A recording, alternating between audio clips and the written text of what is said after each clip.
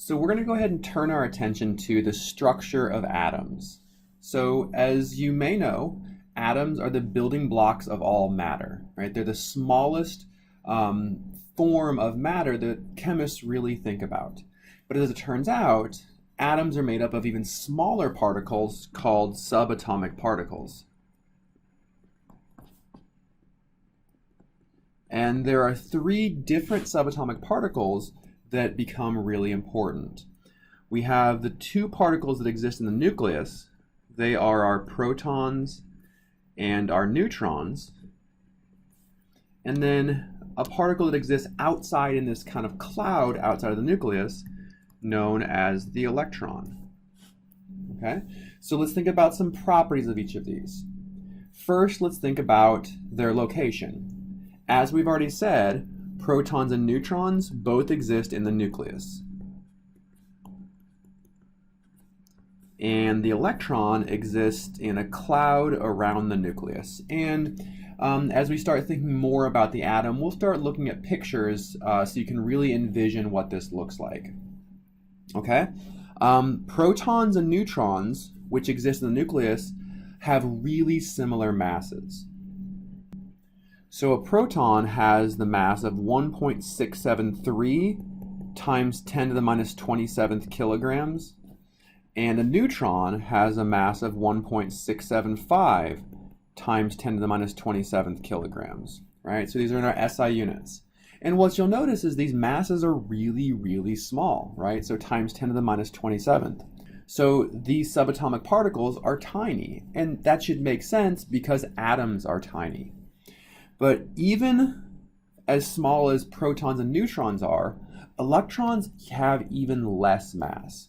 So electrons have a mass of 9.109 times 10 to the minus 31st kilogram.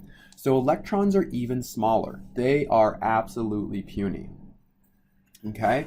And this is by itself is really kind of interesting because the way that the atom is organized is that in the nucleus, right? The nucleus is this really kind of small speck in the middle of an atom. So this is the nucleus.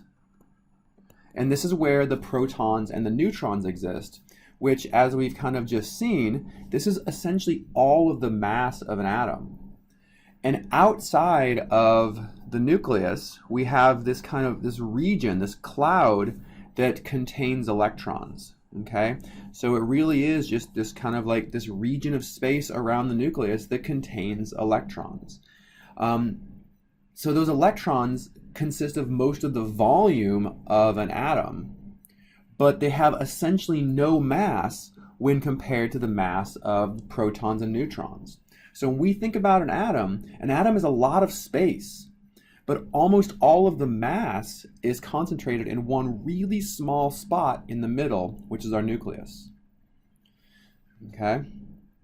So let's think about the last property that really kind of influences how we think about atomic properties, and that's the charge.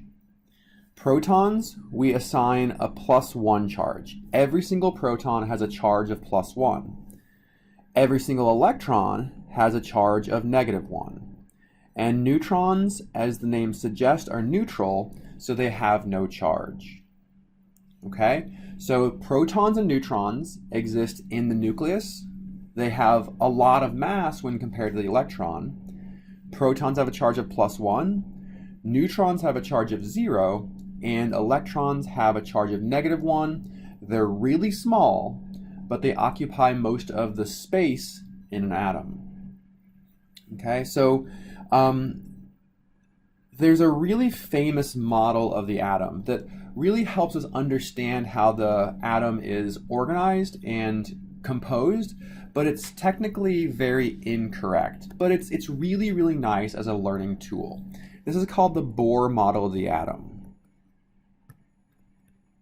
Okay, Niels Bohr was a very famous physicist who postulated this idea, and this idea is one that we still use today. So his idea was that we have the nucleus, right? And the nucleus is kind of, think of it as the sun, right? And surrounding the nucleus are these planetary orbits. and each of these orbits are where the electrons exist. So if we have the nucleus, so in our first orbit, we could have some electrons hanging out. In our second orbit, we can have some electrons hanging out. In our third orbit, we can have some electrons hanging out, right? And these electrons are, they're attracted to the nucleus. They stay in place because of the fact that protons have a +1 charge and electrons have a -1 charge. So they're attracted to each other. So the electrons stay close to the protons, stay close to the nucleus because of a charge attraction. Okay, we'll go ahead and end this video there now that we've thought about the particles that compose an atom. And in the next video, we'll explore the makeup of atoms a little bit more and how each of these subatomic particles contribute to the overall properties of an atom.